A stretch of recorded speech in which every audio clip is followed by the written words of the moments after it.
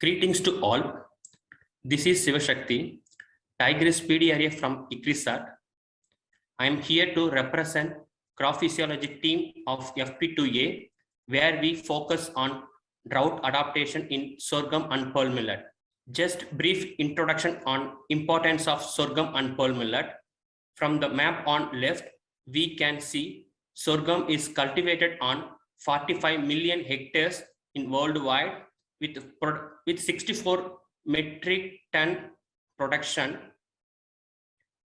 United States is the largest producer of sorghum. On right side, pearl millet is grown on 34 million hectare in worldwide with production of 31 teragram. India is the largest producer of pearl millet. From this slide, we see how much agricultural productivity has declined due to climate change from 2003 to present, and further decline has been predicted until 2080s. The graph on right shows decrease in crop yield due to heat and drought stress. As far as sorghum and pearl millet concerned, terminal drought stress causes 60% of yield loss. So what we aim for developing climate smart cultivars with smart water use characters.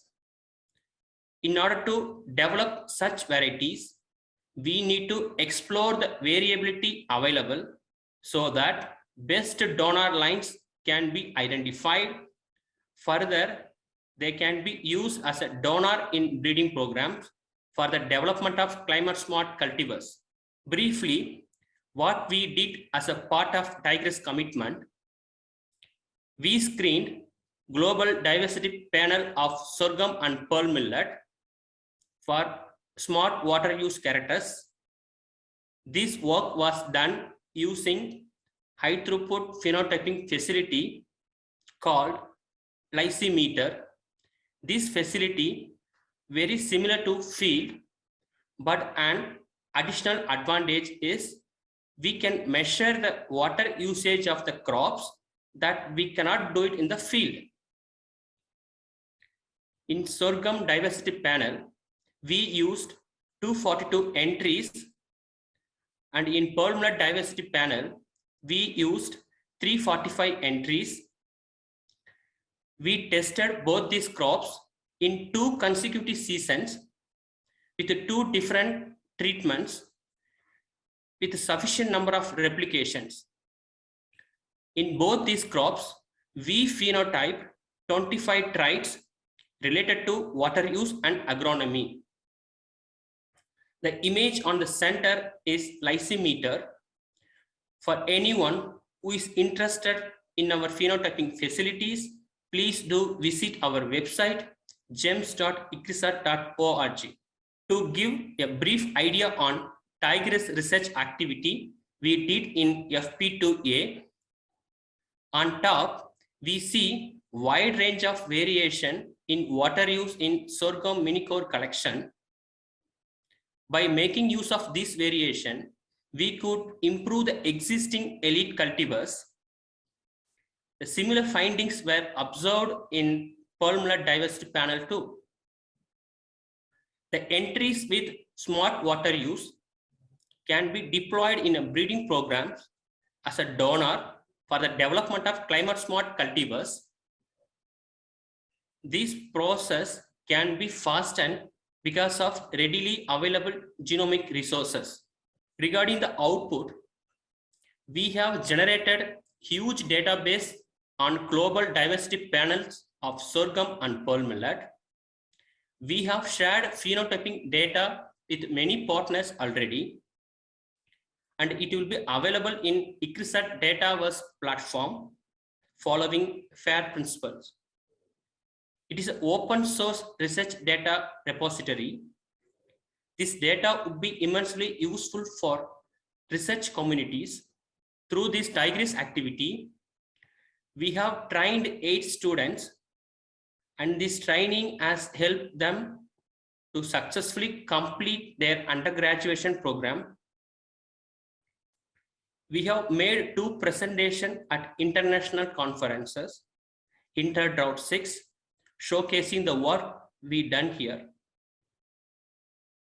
We have submitted 3 research articles in peer-reviewed journal and 2 articles are in progress.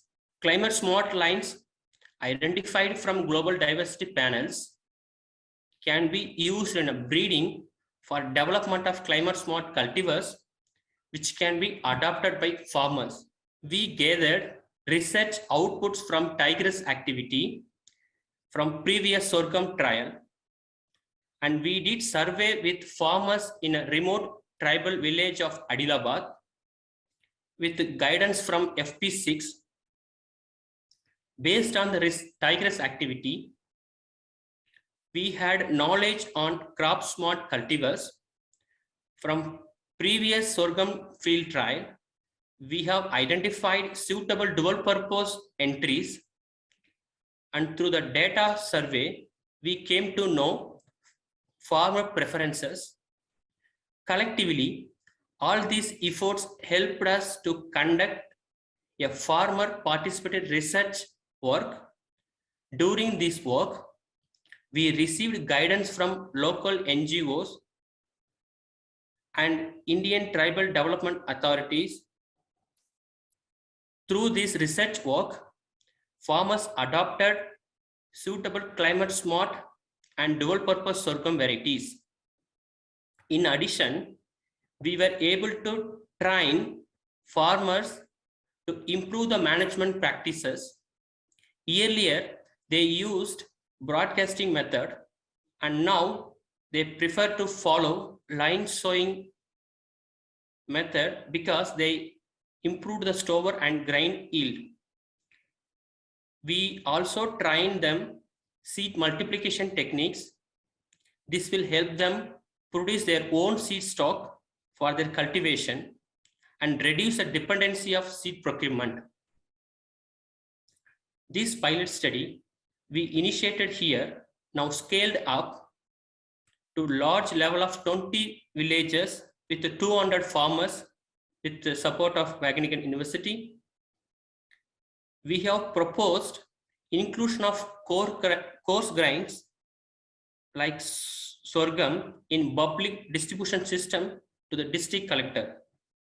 To summarize the list of research impacts we created within tigress and beyond tigress, we identified smart water use lines in sorghum and pearl millet using diversity panel.